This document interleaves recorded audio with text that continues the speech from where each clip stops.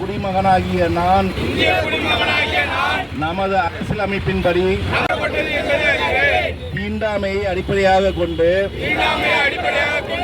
எவர் மீதும் தெரிந்தோ தெரியாமலோ சமூக வேற்றுமையை கடைபிடிக்க மாட்டேன் என்று இதனால் உளமாற உறுதியளிக்கிறேன்.